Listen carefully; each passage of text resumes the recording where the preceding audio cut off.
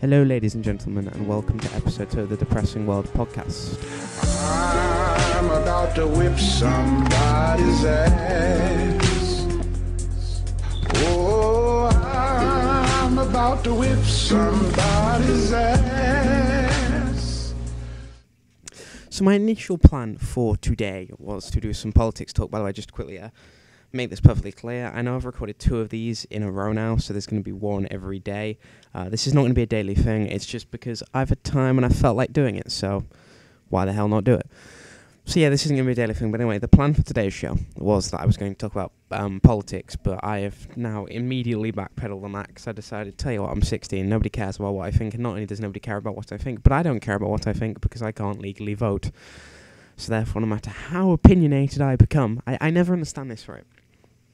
Okay, so I'm in school and everybody debates politics, and it's a common thing. I feel as though it's common across all schools across the UK, based on my experience of 2 high schools, because I've been to 2 different high schools. It's common and it continues, and I never understand why, because I get it's important to develop your own opinions, but at the same time, why is it so goddamn why is it everywhere? You can't vote. Why are you debating this so much when you can't even remotely impact the outcome?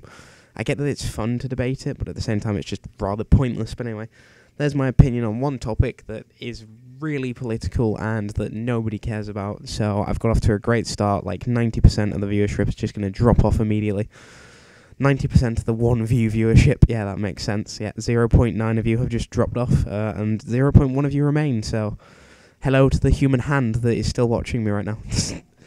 But anyway, I decided, so tell you what, we're not going to talk about politics. Instead, we'll talk about House of Cards, because that's as close to politics as I can get. If you're watching this on the day it comes out, which of course you won't be, because nobody's going to be watching this on the day it comes out, nor is anybody ever going to be watching this. But if you, for some reason, are on the 30th of May at about 11:30 at night when this goes up in the UK, then you will know that today, or at least you should know that today, if you have any self-respect, that House of Cards dropped. I have watched, wait, let me quickly check, chapter 53, 54, 55 and 56, and I'm about 7 minutes into 57. I just reached a point of where, for those of you watching the show, where he's in the introduction to episode 57, where he's talking about the presidential election in 1800 and how that was the reason that the 12th Amendment was formulated. So yeah, that's where I'm at. And tell you what, really enjoying the show so far. Now.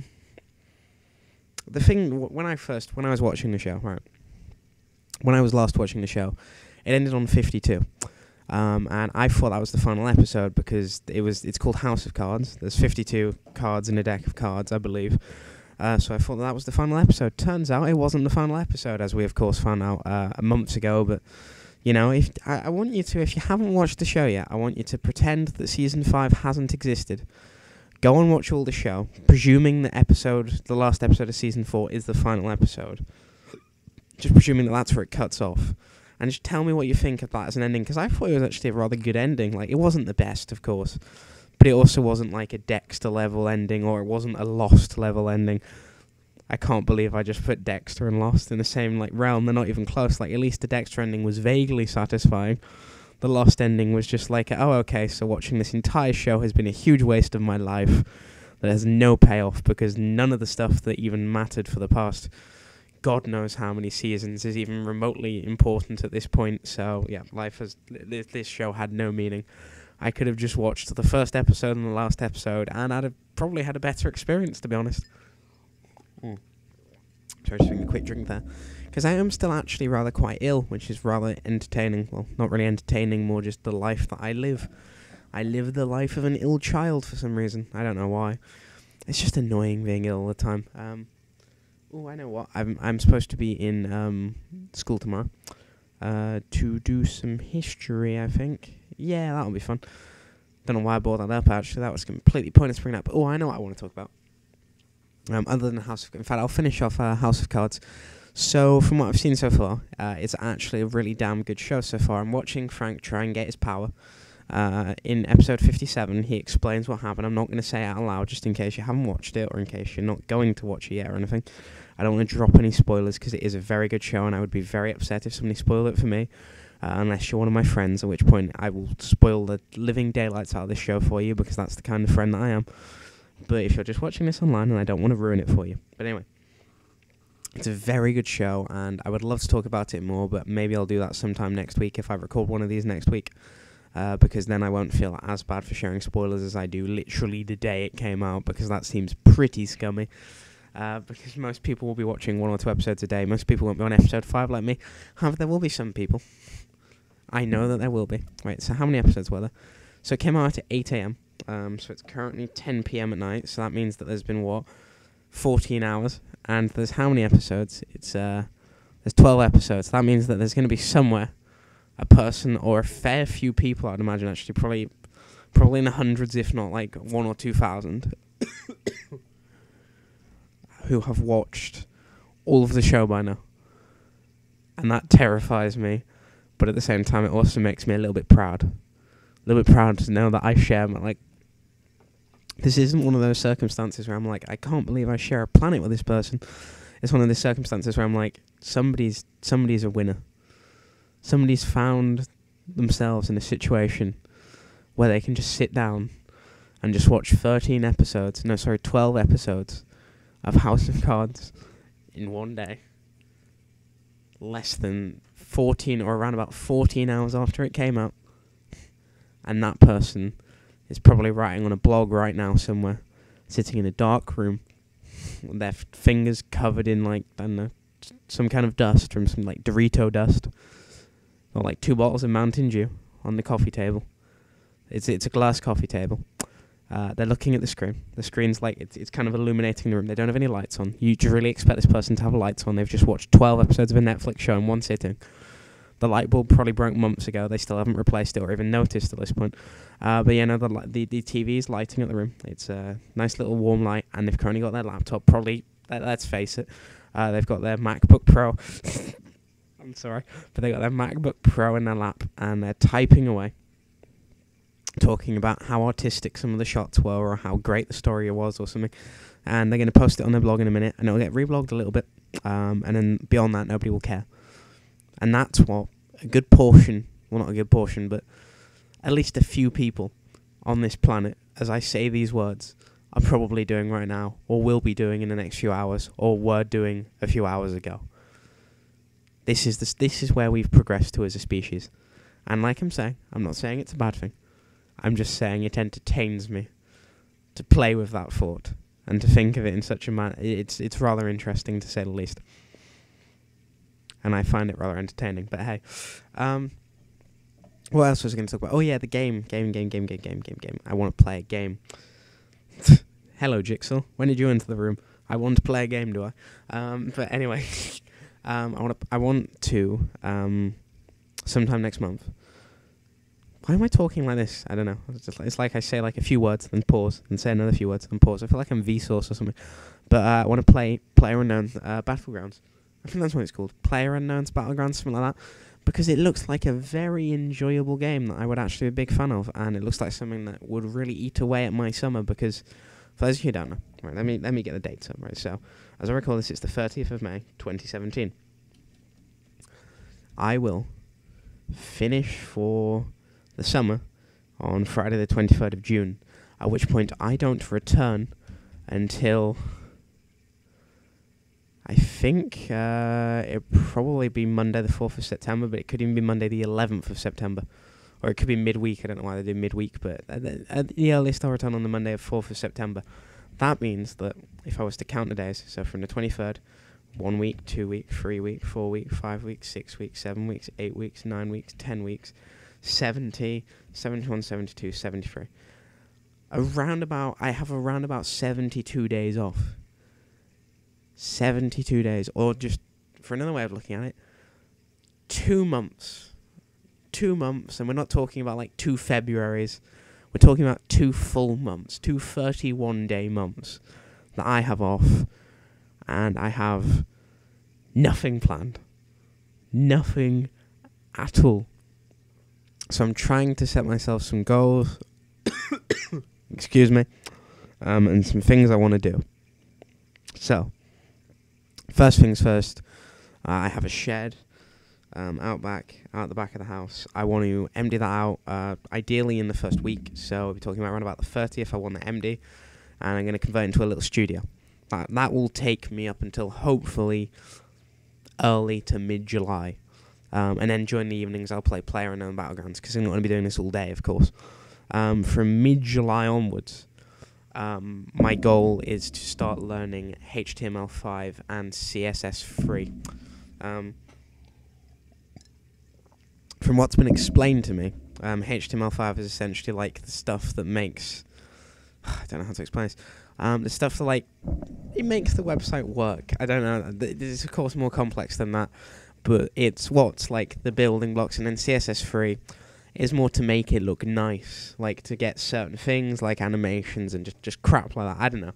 I could be horribly off base, but I do know that it isn't uncommon for you to learn HTML5 and CSS3 at the same time, because learning one and the other, they kind of complement each other quite nicely. You don't need to learn them both, but at the same time, you'll probably make better websites or whatever you're making if you do learn them both. So that's what I'm also going to plan on doing.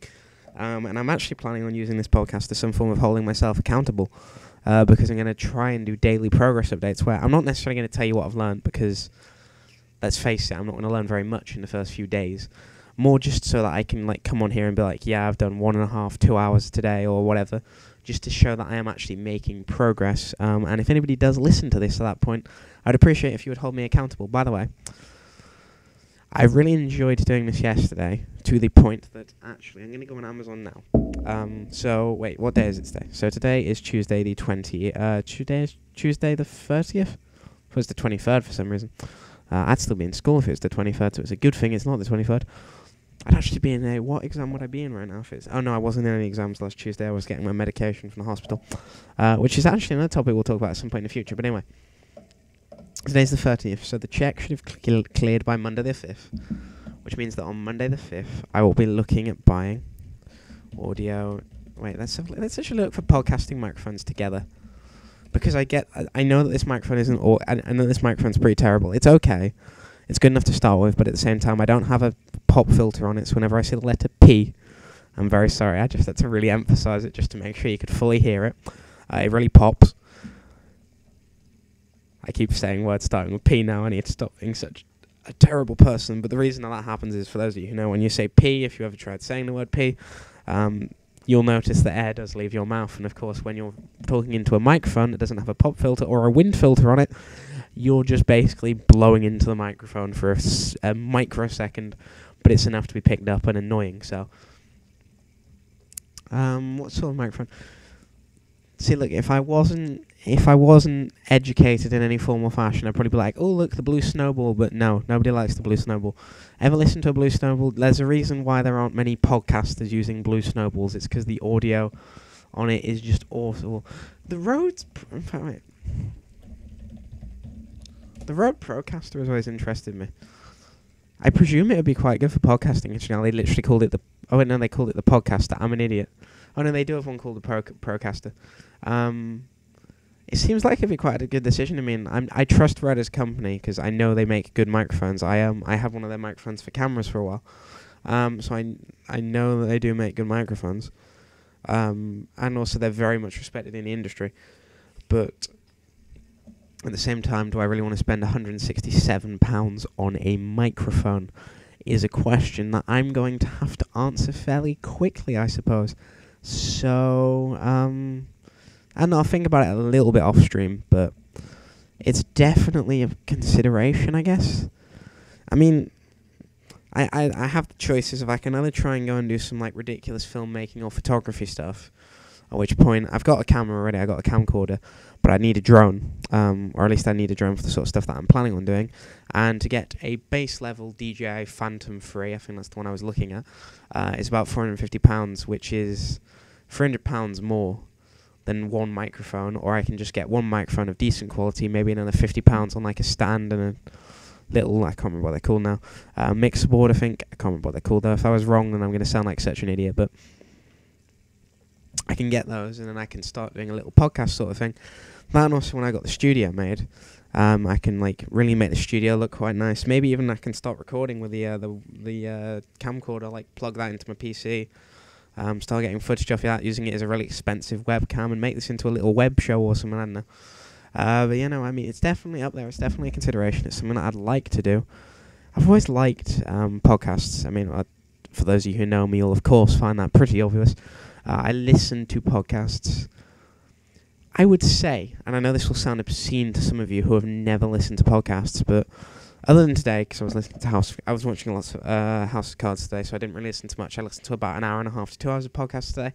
I had some days where I don't have, on days where I'm not watching Netflix shows or anything, I'd say I listen to about 6 hours a day, and that's on school days. On non-school days, I could say I could easily reach 8 or 9 hours a day of listening to podcasts. And to some of you that will sound obscene, but I think it's actually makes sense because I like having background noise and I like having people talking.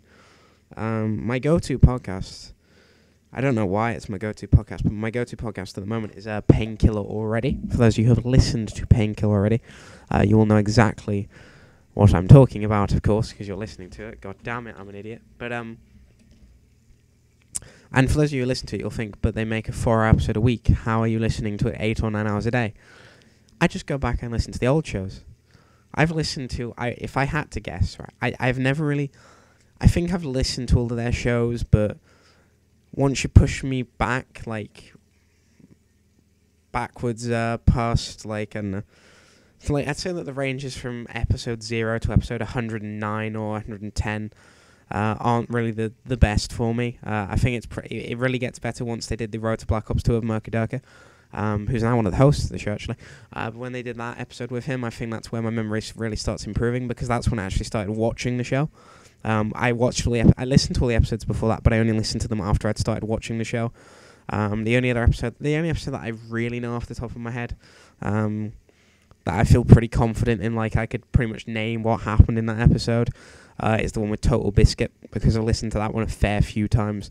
But beyond episode 110, all the way up until 336, I think that's the one that they just recently released, excluding 336, and the recent ones around there, I would say I've listened to all of them, probably all of the 300s, excluding the ones that come out in the last few weeks. Probably twice, and I'd say the 200s probably 5 or 6 times in total, which of course again is going to sound obscene. You're going to be like, how can you listen to the same thing 6 times? What's wrong with you? But it's a 4-hour show. I don't remember the total, when they used to the Total Biscuit one, I can only remember that particularly well because it was only an hour and a half or something long, or 2 hours long or something. Now they do a 4 to 4.5 to sometimes even 5-hour show. I cannot remember what happened for 5 hours off the top of my head from just 1 or 2 listens. I need to listen to that stuff again and again and again. And it's weird because, it doesn't make sense to most people, because it's well, surely you can find something better to do, or you could just listen to new episodes of other podcasts. But I really don't like most podcasts. I love podcasts. I just don't like most of the ones that exist. I love the format. I love the idea. But I don't like most of them. Like I said, PK is really the only one I listen to. I do listen to a few others, but I wouldn't really call them podcasts. I listen to the One Show, which is by a YouTube channel, Linus Tech Tips. I suppose the only really big podcast that I listen to is one called My Dad Wrote a Porno. That's a pretty popular one. It's got some media attention recently, actually, because they've come back again. And then beyond that, I listen to the Bill Burr one a fair bit. Bill Burr's Monday Morning Podcast, and then he's got the Bill Burr's It's Almost Friday, or it's the Bill Burr's Monday Morning Thursday Podcast or something like that. Something ridiculous like that. I like him. I like Bill Burr. He's a good comedian. He's not my favourite comedian, I don't think. I think my favourite comedian... Why am I ever trying to name my favourite comedian? I don't think I have a favourite comedian. I think I just have a certain, a decent few comedians who I all elevate to the same level. I'd say you've got Bill Burr, Louis C.K., John Mulaney, I think that's his name. I completely butchered that, I can tell. And then there's a few other people on that level, but I can't figure them off the top of my head. I'd say below them, on my second to third tiers. Oh yeah, also on the top tier, you got George Carlin on the top tier. I know he is dead, but he's still on the top tier because I liked some of his stuff. I didn't really listen to a lot of his stuff, but from what I've heard, he's pretty good. On that second to third tier, you've got people like Frankie Boyle. I like some of his stuff, but at the same time, I find a lot of his stuff is just trying to get a reaction out of people. I'm not a huge fan of shock comedy. It's what I call it. I don't actually know if that's the official term for it. But where you're just being offensive, trying to get laughs by being offensive, I don't feel as though that is the best form of comedy, which he does a lot, but I still like a lot of his stuff. Especially where he ripped on Michael McIntyre. I really was a fan of that bit, where he ripped on his fans. Particularly big fan of that bit. Below, and then also in sort of his level, I'd say I've got people like Bo Burnham. I like Bo Burnham's stuff a bit, but I don't like all of it, so that's why I put him on that level. Anyone else that I can think of off the top of my head? Ed Bryan, I think that's his name. That's not it. That sounds horribly wrong, and I know that's not it, but at the same time, I can't be bothered making correction. Rob Gilbert. I think Rob Gilbert's a comedian. Let me check. He's Welsh, I think. Yeah, he is. Yeah, I got that right. I was worried. Who else? Can't remember anybody else off the top of my head for some reason. Simon Amstel. I like Simon Amstel. Simon Amstel's funny. He's probably one of the first stand-up shows that I listened to was his. What would it have been though? I need to find out. Actually, I want to quickly find out what it's called. After I find out what this was called, I'm going to end it. It can't have been Do Nothing Live, because I'm convinced Do Nothing Live came out only a few years ago. Okay, fine. One of the first stand-up specials I can remember watching, I guess then, would have been Simon Amstel's Do Nothing Live. Then again, it's not that obscene to presume that it would have been one of the first that I watched, considering it came out when I would have been, I think, 9. Yeah, it came out in 2010, so yeah. I think 3 months after it came out, I would have been 10, and I think I watched it pretty much as it came out, so I would have either been like early into the age of 10 or late 9. So it's not that obscene to presume that this was one of the first ones that I watched, considering there's not many comedians that make stand-up specials for 8-year-olds. So, but yeah, no, I think he was one of the first that I watched. So, if you haven't seen it, go and watch it. I can't remember it perfectly, but I do remember it being fairly funny. Now go and watch it and let me know that if I'm wrong, because I hope I'm not, because nostalgia probably, rose-tinted glasses and all, but at the same time, hopefully I'm not wrong, and hopefully it's pretty funny, and hopefully if you go and watch it now, you'll enjoy it. But now, on that note, I'm going to leave you, and I look forward to talking to you again at some point in the next few days. Thanks for watching, or listening, or watching. You didn't watch anything, you just listened to me speak and ramble for a bit, which I appreciate. It's kind of like, this microphone's kind of like a therapist to some degree, where I just talk and you listen, hopefully. And I look forward to seeing you again at some point in the future. So, goodbye.